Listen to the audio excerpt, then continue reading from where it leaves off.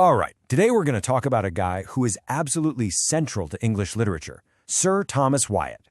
Now, he was a courtier, a diplomat, but most importantly, he was a poet who didn't just write poems. No, he practically built the foundation for the entire English Renaissance.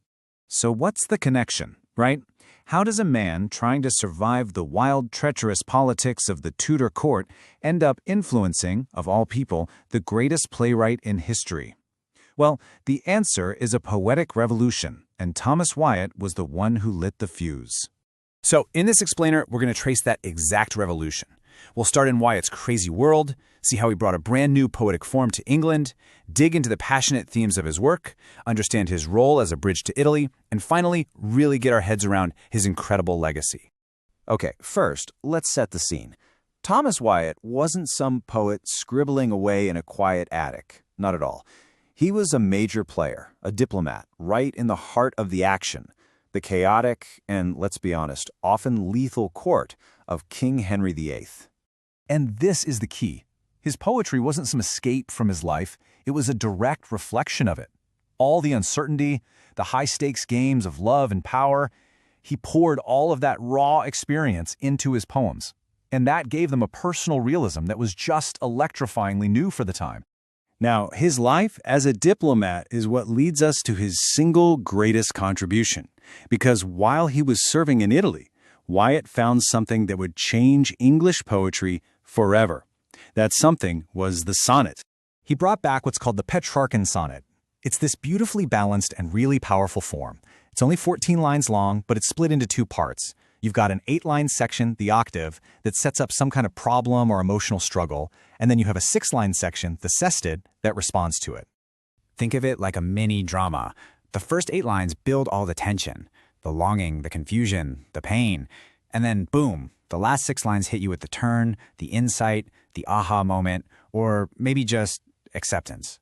It was this perfect little structure for digging into really complex emotions with incredible precision. So he has this cool new poetic tool. What does he write about? Well, he wrote what he knew, the messy, complicated world of love, desire, and betrayal. His themes were basically ripped straight from the headlines of his own turbulent life. Let's take one of his most famous poems, which kicks off with these lines. It is a perfect example of his whole style, using a simple image to talk about deep, complicated feelings. So on the surface, he's talking about a hunt, but he's not really talking about a hunt. He's talking about love. The metaphor here is just brilliant. This hunt for a deer you can never catch, that's all about chasing a love that's completely out of reach. The whole poem is just drenched in this feeling of futility, of resignation, and honestly, anyone who's ever dealt with unrequited love, you get it. But Wyatt wasn't a one-trick pony. He wasn't just the sonnet guy. He also wrote these amazing lyric poems. And that's where he got to explore a whole different set of experiences. And you can really see the difference. In his sonnets, he's wrestling with the intense, often painful side of romantic love. But then you look at his lyric poems, and he's reflecting on things like friendship and trying to stay loyal when everyone around you is a backstabber. It just shows you how much range the guy had. So Wyatt's role wasn't just to invent things. It was also to translate. And I don't just mean words. He was translating an entire cultural vibe. He was the crucial bridge that brought the fire of the Italian Renaissance right into English literature. And look, he wasn't just copy-pasting. He skillfully adapted the works of the Italian master Petrarch, taking these huge universal themes and making them really connect with an English audience. He kept the emotional heart of the originals, for sure, but he gave them a new rhythm, a voice that was distinctly English. And all this brings us to his ultimate legacy. See, by introducing these new forms and themes, Wyatt did way more than just write some great poems. He paved the road for the literary giants who would come to define the next generation. You can just draw a straight line. It's so clear. In the 1530s, Wyatt brings the sonnet to England. Decades later, Sir Philip Sidney makes it popular.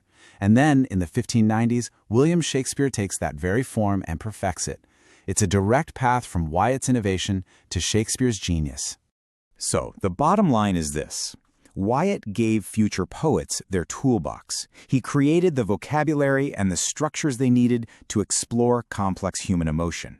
He literally set the stage for that incredible creative explosion we now call the English Renaissance. Which leaves us with a final, fascinating question to chew on. If Thomas Wyatt had never taken that diplomatic trip to Italy, if he'd never brought the sonnet back to England, would the poetry of Sidney, Spenser, and even Shakespeare sound the same? We'll never know, of course, but it really makes you realize just how much the sound of our language owes to one Tudor